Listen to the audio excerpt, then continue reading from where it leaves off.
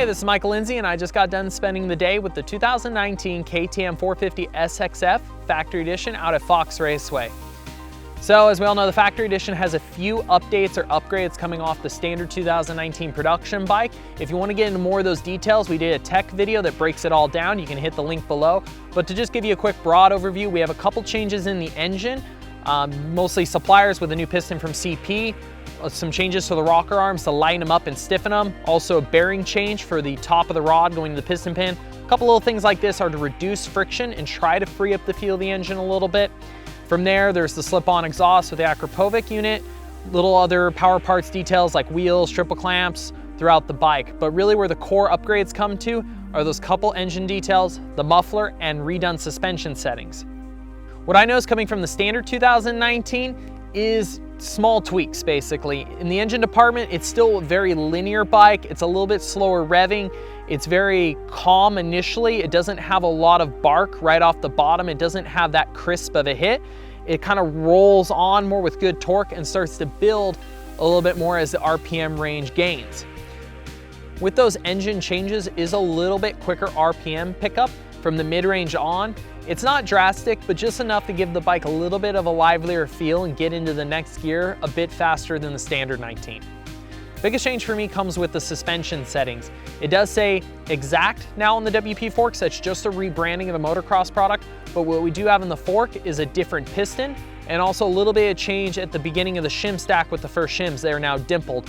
This might sound like a small change, but they're basically trying to get that shim to flex over a little bit easier at the initial part of the stroke to get rid of some of that tension.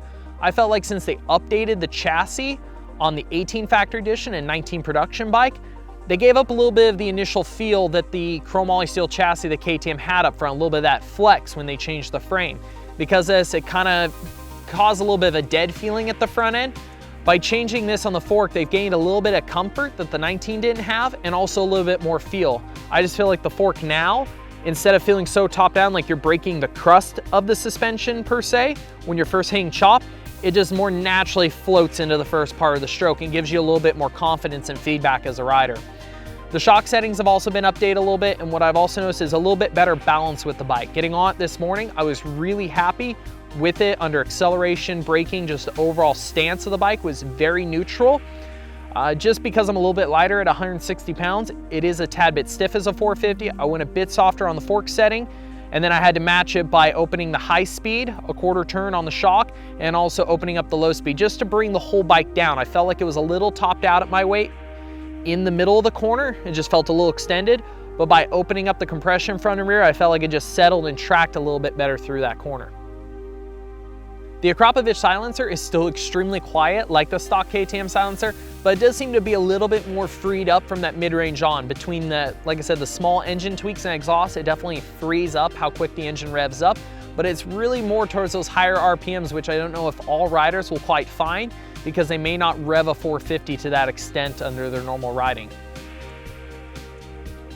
The last part that's really discernible is the Powerpart strip clamps that KTM has put on. This is their own in-house made clamp. You'll see that it's split on the top and bottom clamping surfaces, and this changes how it actually grips the fork tube and how it grips the fork when it's compressing. When you start to tighten them down and hit that torque spec, it doesn't per se egg shape the fork as much. It doesn't compress in the center. It holds it nicely in two separate places. And what this allows it to do is to basically not cringe down the upper tube as much, so it keeps the lower tube a little bit freer feeling as it passes through it. This is a little bit noticed kind of mid-stroke on as the lower tube in its bushing reaches the lower clamp. It allows it to move through the tube a little bit freer, especially when the fork is under a bind, like under braking or any kind of hit that pushes the front tire back and is actually pushing the lower tube into the upper tube at an angle. Even with these changes, it still holds the majority of characteristics from the standard 2019. With that, really talking about the engine is that very linear, broad power. It's not very exciting. It's not that crisp initially. To me, it almost has a little bit of a lag or delay, but it puts down that power so smoothly. You can definitely put down some great lap times with it, and it's very tractable power.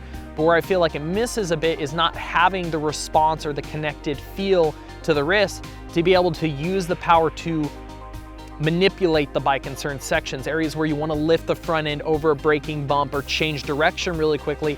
This bike doesn't quite have the power to do that all the time. So there's certain moments where even though the KTM is physically light, without that snap of power, it can almost feel heavy because you can't get the bike to do some of the work for itself. I feel like as the rider, I'm in case doing more of the work physically. What's really impressive is how you can flow on this bike though when you put all the characteristics it does have together. It's easy to flow when it is slick, when it's snotty, when it's rough. There's just certain things I can't do with it, but when I go with its characteristics and try to match what the bike does, I'm really impressed how fast I can go on it. So people always ask, why buy the factory edition, especially for the extended cost? Simple, if you want all these trick parts, they are more expensive if you go out and buy the standard bike and go out and buy a lot of these items or similar items aftermarket. So if the look of the bike and what it comes with is stuff you want, yes, it is cheaper to go this route. There's also the cool factor, they do sell out every year, so there's definitely people interested in them. If you like a lot of the changes we talk about on this bike, usually if you wait 6 months, you will see them in the following production model. Yeah, you won't have some of the bling, but a lot of the main adjustments that change the characteristic of the bike will be there when we hit the next production cycle.